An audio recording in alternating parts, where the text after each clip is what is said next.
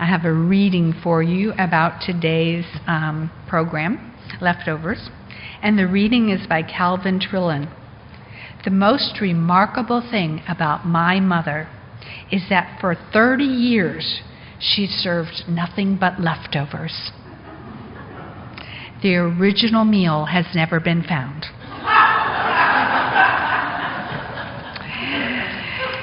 So I have to tell you a little secret. I chose the title of my sermon and the topic of my sermon before I knew that Annette had chosen the topic or the theme for our potluck luncheon today. I told Jan, the name of my sermon this week is called Leftovers. And she said, "You're kidding." I said, "No, why?" She said, "That is the theme of the potluck today, leftovers." And I just was jazzed by that because we are interconnected. And that's part of the belief that Unitarian Universalists believe that's truth. So, today we're going to talk about leftovers and then we're going to eat them. So we just had Thanksgiving. Thanksgiving is the holiday with the most leftovers, don't you think? It's like the king of the leftover holidays. And then you might have some leftovers in your refrigerator from a dinner that you went to last night or a few nights ago, or maybe a lunch. We have to face the reality that in America, leftovers is part of our lifestyle. But it didn't always used to be that way. Leftovers actually have an interesting story, and I'm going to tell it to you. Before the 20th century, around 1900, before that, there was no such thing as leftovers in America. And it was because they didn't have any way to keep them. There was no refrigeration. There was nothing to keep them from spoiling. So, instead, people tried to cook exactly the amount that would be eaten at the meal. They worked really hard at having no waste at the end of a meal. If there was extra food, they were aware they had a responsibility to try to preserve it any way they could. Cookbooks used to have recipes for the food, and at the end of the recipe, they would have instructions about how to pickle or cure or somehow salt the leftovers so that they could last longer. People were expected to do that, to not waste. But in the early 1900s, ice boxes came along. And that's when people had large chunks of ice delivered to their home, and they put them in those large insulated boxes, along with their butter and perishables and meat and everything like that. Then in the 1930s, Freon was introduced into refrigeration, which made a huge leap in how long we could keep things. It made it possible to save last night's dinner leftovers for another day without worrying about it spoiling and getting food poisoning from it. So the idea in the 30s, the word leftover came about. And I thought that was interesting. But I thought it was more interesting to learn the history of people's attitudes toward leftovers. Having an icebox did not mean taking abundance for granted. In fact, in one article I read, it stated that in World War II, it was considered to be patriotic if you ate your leftovers and didn't waste any food. Some people in World War I went so far as saying we should kill off our house pets, our dogs and our cats, because they didn't want to waste any human food on those animals. There was no packaged pet food back then. In 1917, the U.S. Food Administration printed a poster and posted it across the country that said, "Serve just enough, use what is left." The virtuous use of the leftover continued through the Great Depression, through the 1930s, throughout World War II as well. Being frugal and not wasteful were virtues that we taught to our children, and we had advertisements that said, "Do not waste, serve just enough, use what is left. In 1930, Good Housekeeping headline said, "Leftovers should not be left over." But by the 1960s, when refrigeration and electricity was common in almost everybody's homes, leftovers lost their status. Instead, throwing out leftovers showed that the family was at least middle class. Fast food chains were born, as well as those prepackaged frozen dinners.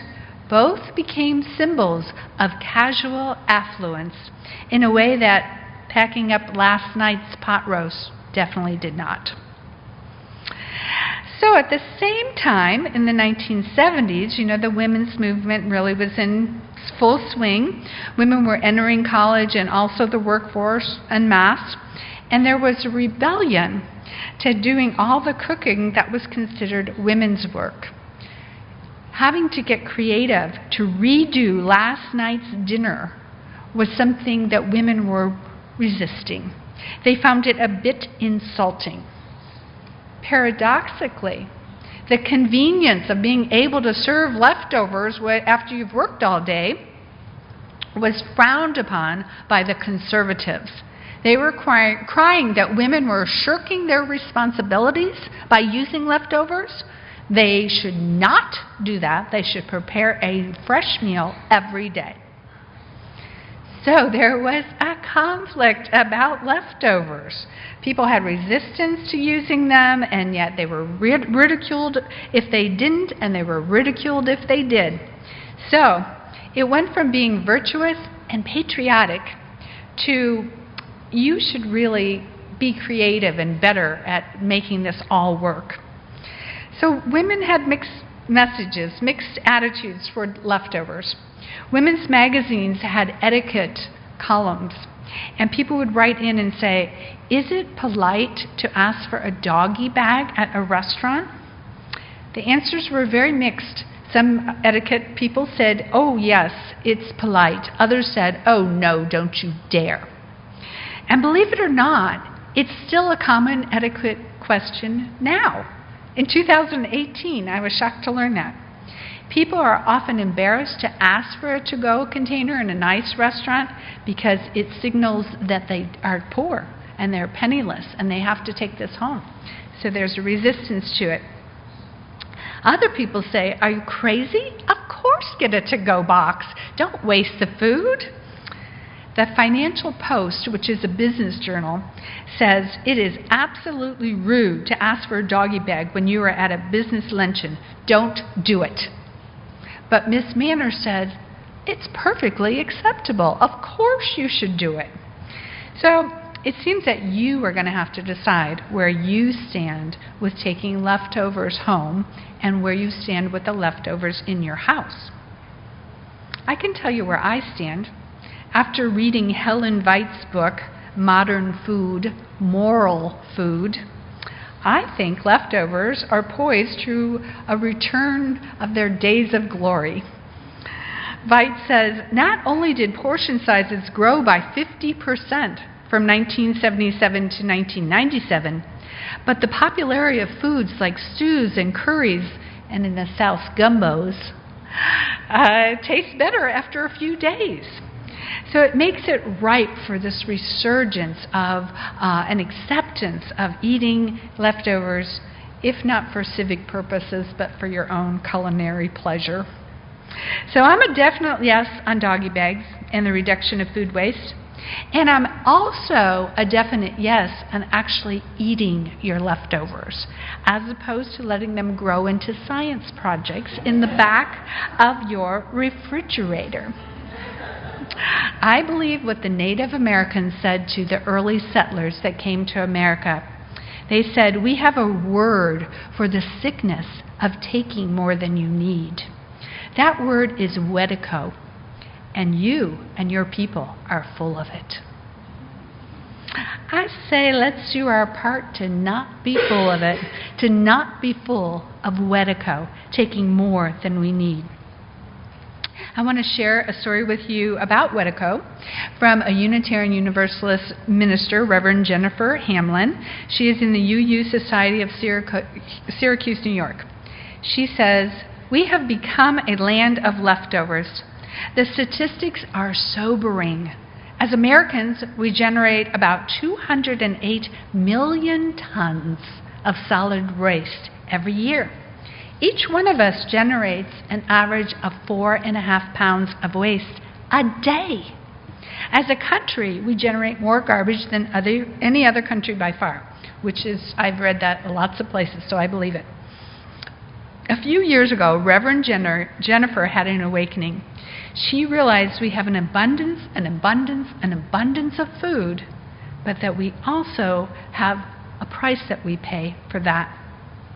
Because we have Wetico, we take more, eat more, cook more, throw away more than we need. So here's her story, Reverend Jennifer. Several years ago, just before Thanksgiving, I had a phone call from an old friend who shared a room with me at Manchester College in Oxford, England. As the years passed, we had lost track of one another. She had come to the States on a stopover before returning home to Great Britain from the Dominican Republic. She had spent a year there with her church group, living and working in one of the most remote and poorest villages in the Dominican Republic. They went to build a school, to dig wells for fresh water, and to teach the children to read and write. Now, I, as a UU minister, never really approved of those missionary groups, and I was a bit apprehensive about her visit, knowing that I would probably have a few things to say about the damage that missionaries can do to the beliefs and traditions of a non-Western culture. When she arrived, she was very thin and tired, but there was a sparkle in her eyes, and I thought something important must have happened to her. She was too exhausted to talk at that point, and so she slept for nearly 12 hours before we got a chance to catch up. When she finally got up, I was immersed in preparing my Sunday service and grousing about the trouble I had every year of finding a really good, down-to-earth Thanksgiving material for a children's story and a sermon. She just listened to my complaints and said nothing. After a good breakfast and a morning walk, she began to tell her story. She told me that the village that she had spent the last year in was so poor that most lived in makeshift homes made from discarded materials brought back after long pilgrimages into the city. As we walked through my neighborhood, past a large, overstuffed trash can, she stopped and stared at it and thought, "Do you know," she said finally, "what is thrown away in this can alone could feed a whole family?" She passed another one filled with wood scraps and roofing materials. "This," she said, pointing at the barrel, "could make a really comfortable home." We walked in silence. Looking down at the ground, she quietly added, "The leftovers from this town alone could house and feed my whole village." I was getting upset. "Look," I said, "please don't make me feel any guiltier than I feel. This is a different country, and you cannot compare the two." She did not let me finish. "Oh, yes, I can," she angrily replied in a voice that startled me. "You Americans are the land of leftovers, a throwaway country with no idea or any real understanding about how most of the world lives." By now she was furious and I was embarrassed. We kept walking in an awkward silence. We had stopped communicating, both of us nursing our respective points of view. The continued walk eventually calmed us down, and she broke the silence. "Take your holidays," she said, "especially Thanksgiving. That brings you together once a year to overeat. My village could thrive on your leftovers, but what keeps them alive is community, connection. They share everything. If they didn't, they would simply die." Suddenly, Reverend Jennifer realigned her thinking.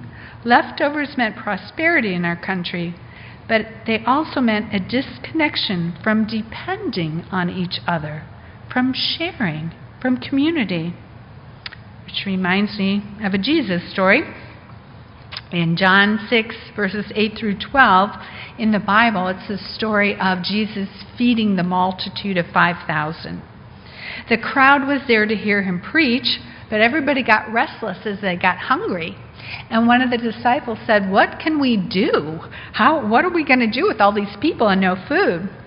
One of his disciples, Andrew, said, "Well, here is a young boy with 5 barley loaves and 2 small fish. But what difference will that make among so many?" Jesus said, "Have the people sit down." Now there was plenty of grass in the place, so the men sat down, about 5,000 of them. And the story goes how Jesus fed the multitude with those 5 loaves and 2 fish. Historians, however, point out that the crowd was all men. Men who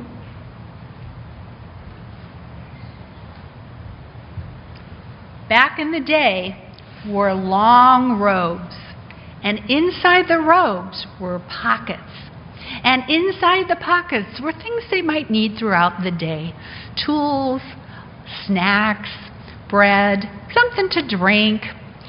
Do you think that maybe the crowd saw this young boy being willing to share all he had, and they opened their coats and began to take out what they had to share?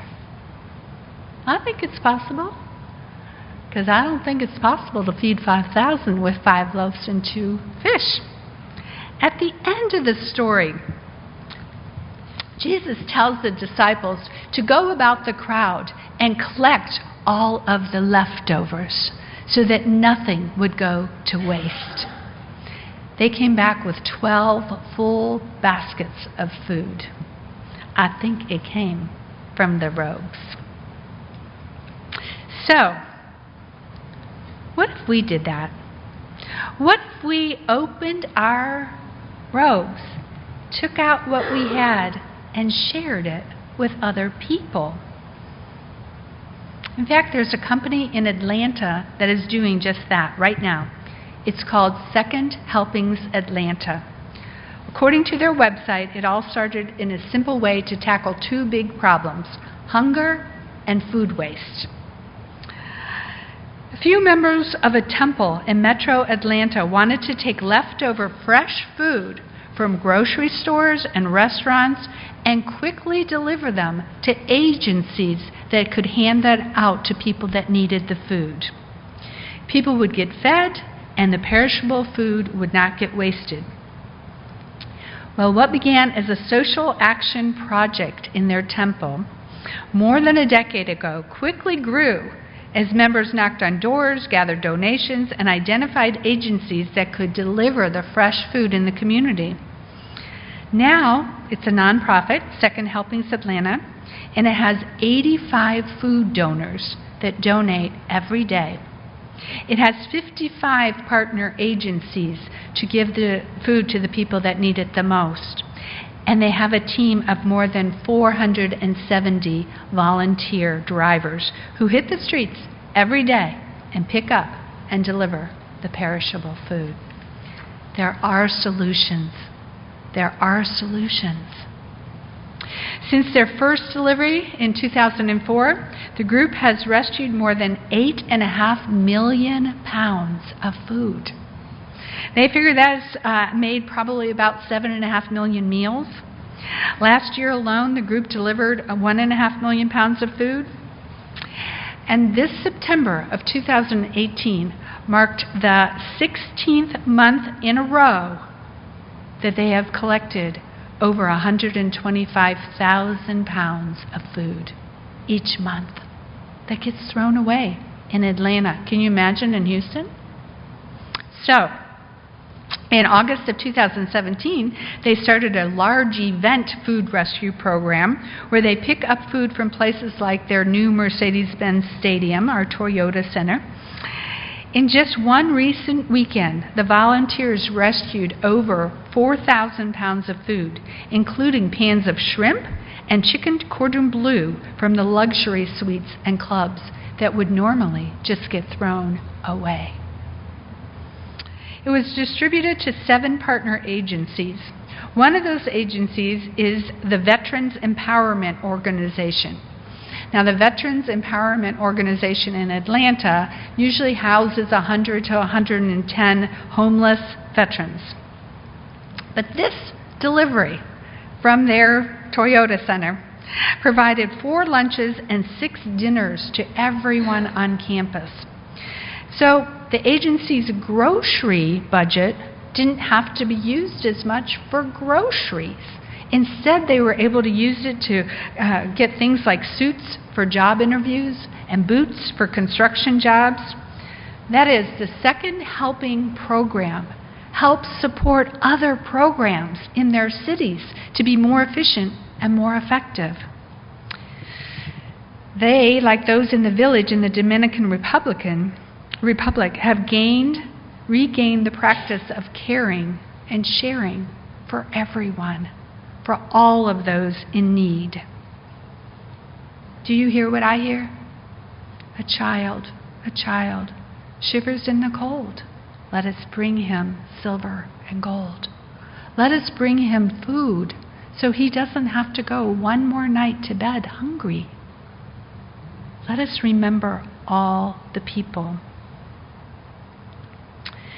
So I'm going to say, wouldn't it be great if we could replicate their program, Second Helpings? After all, it rains here a lot, but not meatballs. There's no food coming down. We got to get it.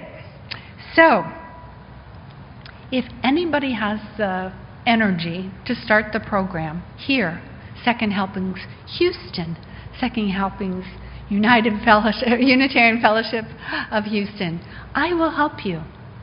Are there other people here that would help in that endeavor? Please raise your hand if you would be willing to say, yes, I will go get that food. Yes, I will deliver it. Yes, I will do that. Yes, thank you. But one thing I'm going to suggest that we can do that's very simple, it's eat our leftovers. Yeah. Don't let them go to waste in the back of your refrigerator. Take them home from the restaurant in a doggy bag, or I bring my own Tupperware container that I carry in my car because I don't want to contribute to the waste of all those styrofoam little containers. It's come in handy. Make sure and eat what you bring home. In general, leftovers should be eaten within 4 days. So, another thing we can do is bring food for the Spring Branch food pantry that we support. Because if you eat your leftovers from last night, then you won't have to spend your money for food for lunch today, because you're going to be eating your leftovers. So if you save just a little bit of that money out of your food budget and you bought 1 or 2 cans, 1 or 2 jars when you're at the grocery store, then we can continue to support our food pantry here in East Spring Branch. They particularly like applesauce, jars of fruit, these are whole figs, and cans of vegetables. So just bring a little bit. Each time you come here, bring a couple of jars with you, or a couple of cans. We put them in the big bin out there, and then somebody takes them over to the pantry, and we're helping to feed people. Reach into your pockets and share. Share any food that you can, because there are people that are hungry. Now I'm going to ask some of my supporters and friends to come forward as I close with a story about what it would be like if leftovers could talk or text. I need to ask, let's see, who do I get here? Katie to be pizza. Come on up.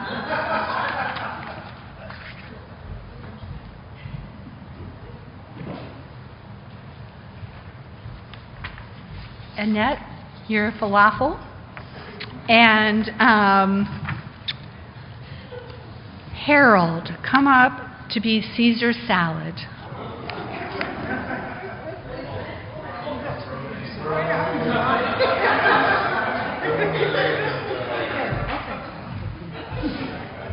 I'm going to be Gary, the homeowner. And this is what we would, if leftovers could text us, this would be their texting. Whoa, what's the problem with you guys?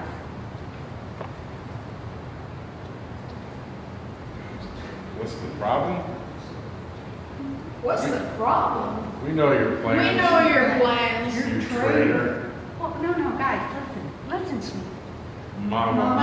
Yeah, so it's true. You're going out to dinner. Yes? How could you? I'm sorry, it's nothing against you. I promise. My friends just invited me out. At 2. Get two brute. Oh my goodness, Caesar, calm down, relax. Let me get this straight. You have 5 great food items here, all begging to be eaten, and you're spurning us again.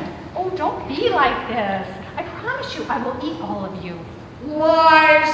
I've been in this fridge purgatory for 2 weeks already. Oh, has it been that long? Yes. I'm beginning to smell. Oh, gee, pizza, I don't know how to say this, but 2 weeks is pretty old. Don't say what I think you're going to say. Oh, I'm sorry, but I think I'm going to have to throw you away. You monster. Is this the fate that awaits us all? No. Well, I don't know, maybe. No. I promise. I'm going to eat you all. Why don't you believe me? The end.